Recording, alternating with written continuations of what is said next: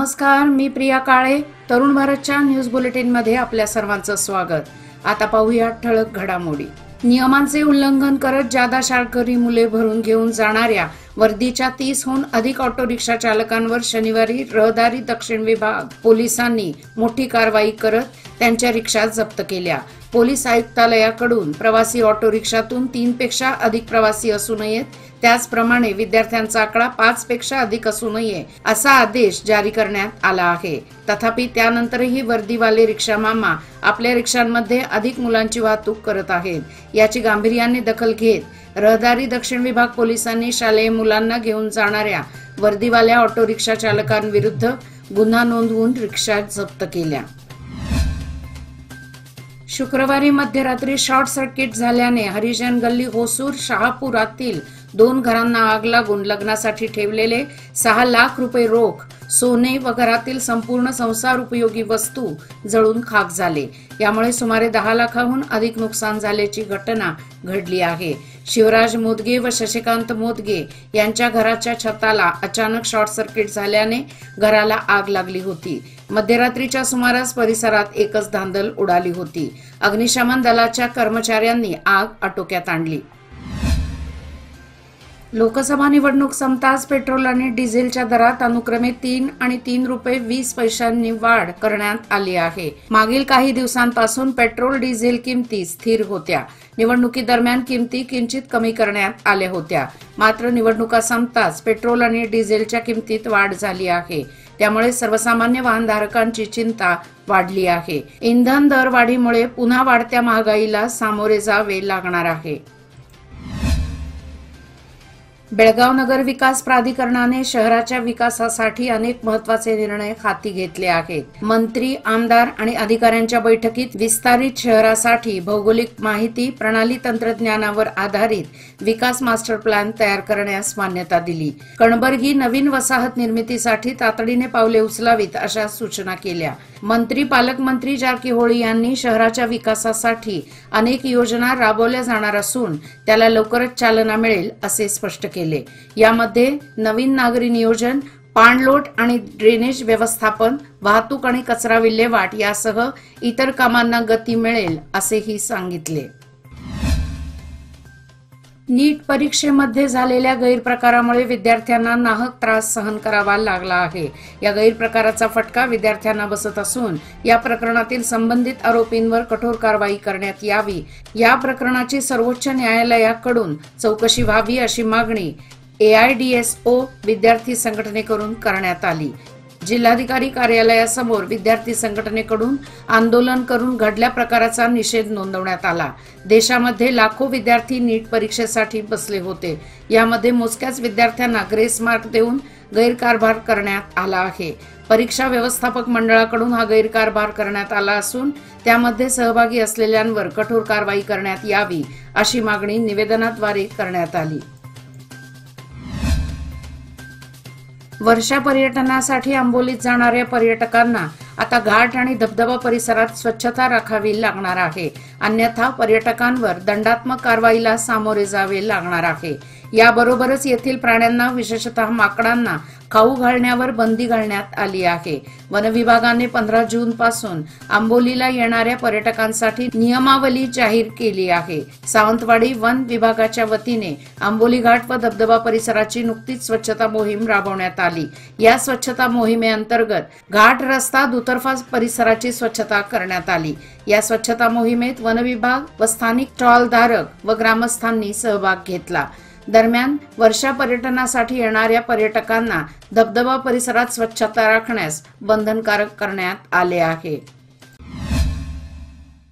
महिलांची शक्ती हीच समृद्ध भविष्याची निर्मिती. लोकमान्य घेऊन आले आहेत महिला उन्नती योजना, जी देते तुमच्या गुंतवणुकीवर 10% आकर्षक व्याजदर फक्त 500 दिवसांकरिता. किमान गुंतवणूक 10,000 रुपये. अधिक माहितीसाठी आजच कॉल करा 1800-212-4050. योजना फक्त महिला सभासदांकरिता. नियम अटी लागू. लोकमान्य, जिथे पैसे वाढतात आणि नातं वृद्धिंगत होतं.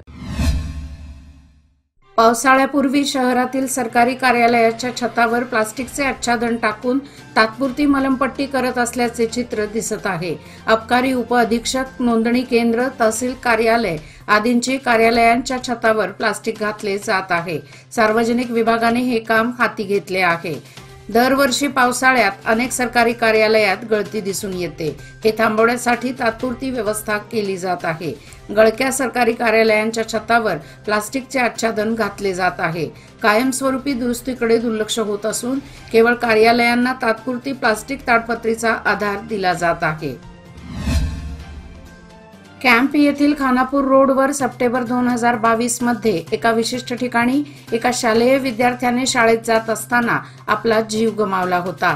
सदर घटनेनंतर मागणी करूनही संबंधित ठिकाणी पोलिसांची कायमस्वरूपी नियुक्ती झाली नाही। त्यामुळे तेव्हापासून कॅम्प येथील अब्दुल गफार शेख त्या ठिकाणी थांबून रहदारी नियंत्रण करू लागले आहेत आणि शाळकरी मुलांना सुरक्षितपणे रस्ता ओलांडण्यासाठी मदत करू लागले आहेत। सद्य परिस्थितीत देखील शाळा भरण्याच्या आणि सुटण्याच्या वेळेत शेख यांनी आपला हा उपक्रम पुन्हा सुरू ठेवला आहे। या निस्वार्थ सेवेमुळे केवळ समाजाचाच फायदा होत नाही तर पोलीस खात्याचे काम हलके होत आहे। या उपक्रमाबद्दल त्यांचे सर्वत्र कौतुक होत आहे। कायद्यामध्ये आमूलाग्र बदल होत आहेत, त्यामुळे कायद्याचा वेळोवेळी अभ्यास करणे गरजेचे आहे। महत्त्वाचे म्हणजे IPC आणि CRPC यांचा अभ्यास करण्यासाठी नवीन मार्गसूची देण्यात आली आहे। त्या मार्गसूचीचा अभ्यास केल्यास आपला निश्चितच वेळ वाचेल। तेव्हा वकिलांनी नवीन IPC आणि CRPCचा अभ्यास करावा असे आवाहन उच्च न्यायालयाचे न्यायाधीश व्यंकटेश नाईक टी यांनी केले। वकिलांसाठी 5 दिवसीय कार्यशाळेचे आयोजन करण्यात आले आहे। त्या कार्यशाळेच्या उद्घाटन प्रसंगी ते बोलत होते। वकील हा समाजातील एक महत्त्वाचा घटक आहे।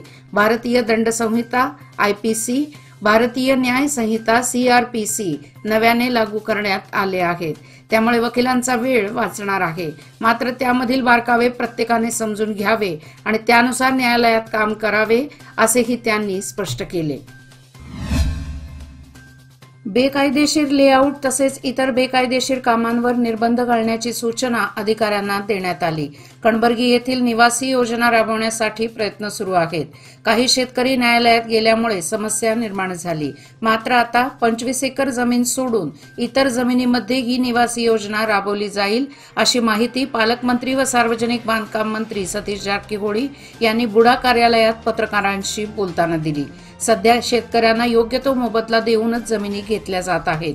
नवीन कायद्यानुसार बुडाने संपूर्ण विकास करून शेतकऱ्यांना त्यामधील 50% जागा देणे बंधनकारक आहे।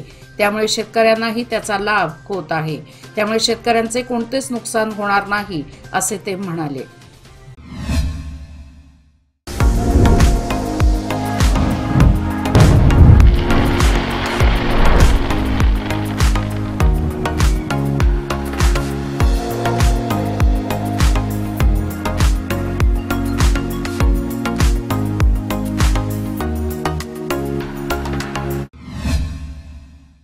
शेट्टीगळली बोळ भोज बेडकीहाळ रस्ता परिसरातील तरुणांनी आपल्या राहत्या घरी मिस यू ऑल असा आपल्या मोबाईलमध्ये स्टेटस ठेवून गळफासाने आत्महत्या केल्याची घटना शनिवार दिनांक 15 रोजी सकाळी उघडकीस आली। जिन्नाप्पा नागू भेंडवाडे वय वर्षे 37 असे मृताचे नाव आहे। घटनास्थळावरून मिळालेली अधिक माहिती अशी, जिन्नाप्पा याचे काही दिवसांपासून मानसिक संतुलन बिघडल्यामुळे तो दारूच्या आहारी गेला होता। 14 रोजी त्याने मोबाईलमध्ये मित्रांचे फोटो स्टेटसला ठेवून मिस यू ऑल असे उल्लेख करताना गळफासाने आपले जीवन संपवले। सदर घटनेची माहिती समजताच सदलगा पोलीस स्टेशन हवालदार KS इळगेरी SN कडबी यांनी भेट देऊन पंचनामा केला। कसनाळ तालुका निप्पाणी येथील शेतात विद्युत तारेचा स्पर्श होऊन युवकाचा मृत्यू झाला। राजन हरिश्चंद्र नाईक वय वर्षे 31 असे तरुणाचे नाव आहे, तर त्याचे वडील हरिश्चंद्र नाईक अत्यावस्थेत आहे। त्यांच्यावर इचलकरंजी येथील खासगी दवाखान्यात उपचार सुरू आहेत। शेतामध्ये ट्रॅक्टरने नांगरत असताना सायंकाळी 6:30च्या सुमारास शेतातून गेलेली विद्युत वायर उचलून बाजूला करत असताना राजन नाईक यांना जोराचा विद्युत तारेचा धक्का बसला। यावेळी मुलग्याला धक्का बसल्याने वडील हरिश्चंद्र नाईक मदतीला गेले असता त्यांनाही धक्का बसला। राजन नाईक यांचा उपचार सुरू असताना मृत्यू झाला, तर पिता हरिश्चंद्र यांच्यावर उपचार सुरू आहेत। युवकाचा दुर्दैवी मृत्यू झाल्याने कसनाळ गावावर शोककळा पसरली आहे। कर्नाटकाच्या महाराष्ट्राच्या सीमेवरील शांत व संयमी शहर म्हणून निपाणी शहर व परिसराची ओळख आहे. बेळगाव जिल्ह्यातील बेळगाव पाठोपाठचे मोठे शहर म्हणून देखील निपाणी शहराकडे पाहिले जाते. यामुळे शहर परिसराची व्याप्ती झपाट्याने वाढत आहे. निवृत्तीनंतर अगदी शांत पद्धतीने राहण्याचे ठिकाण म्हणून निपाणीला पसंती दिली जात आहे. अशा या परिस्थितीत निपाणी शहर व परिसरातील ग्रामीण भागात युवकांना व्यसनाधीन बनवण्यासाठी गांजा व जुगाराच्या विळख्यात गुरफटण्यासाठी अवैधरित्या प्रयत्न सुरू झाला आहे. अनेक युवक यामध्ये गुरफटत असून समाज मनापुढे चिंता वाढत आहे. यासाठी या प्रकारावर वेळीच पायबंद घालण्यासाठी पोलीस प्रशासनाने कठोर कारवाई करण्याची गरज व्यक्त होत आहे. चिकोडी येथील 110 kV वीज वितरण केंद्रात उपकरणे व ट्रान्सफॉर्मरच्या देखभाल दुरुस्तीचे काम 16 रोजी होणार असल्याने दिवसभर वीज पुरवठा खंडित करण्यात येणार आहे. कोथळी, चिंचणी, गिरगाव, कुप्पनवाडी, मजलट्टी, मांगनूर, केरूरवाडी, जोडकुरळी, केरूर, कडापूर, बसनाळ, गड्डे, करोशी, मोगळी, खासगौड, नट्टी, वडराळ, बिद्रोळी, हत्तरवाड, तोरणहळ्ळी, कनकीकोडी, मिरापूर हट्टी, कब्बूर येथे सकाळी 10 ते संध्याकाळी 5:30 वाजेपर्यंत वीज पुरवठा खंडित केला जाणार आहे. याची नोंद कार्यक्षेत्रातील शेतकरी व ग्राहकांनी घेऊन सहकार्य करावे असे आवाहन हेस्कॉमने केले आहे. महाराष्ट्र शासनाच्या आरोग्य सुविधाचा लाभ बेळगावसह सीमा भागातील मराठी भाषिकांना होत आहे. विशेषतः मुख्यमंत्री सहाय्यता निधीमधून त्याची मदत मिळण्यास सुरुवात झाली आहे. बेळगाव शहर तालुका आणि खानापूर तालुक्यातील रुग्णांना या मदत मिळण्यास अडचणी येत असून कर्नाटक शासनाची आडकाठी होऊ नये याच्या खबरदारीसाठी महाराष्ट्र शासनाने कर्नाटक महाराष्ट्र सीमेवर असलेल्या शिनोळी या ठिकाणी आरोग्य कक्षाची स्थापना करावी. मागील लोकसभा निवडणुकीपूर्वी शनिवारी येथील कार्यालयाच्या उद्घाटनाची सर्व तयारी झाली होती. मात्र अचानक आचारसंहिता लागल्याने हा कार्यक्रम स्थगित करावा लागला होता. आता पुन्हा शिनोळी येथे नवीन आरोग्य कक्ष कार्यालय सुरू करावे व सीमा भागातील मराठी भाषिकांना याचा लाभ देण्यासाठी मदत करावी अशी विनंती आज महाराष्ट्र सरकारचे मुख्यमंत्री वैद्यकीय सहायता कक्ष विशेष कार्य अधिकारी मंगेश चिवटे यांना भेटून विनंती करण्यात आली.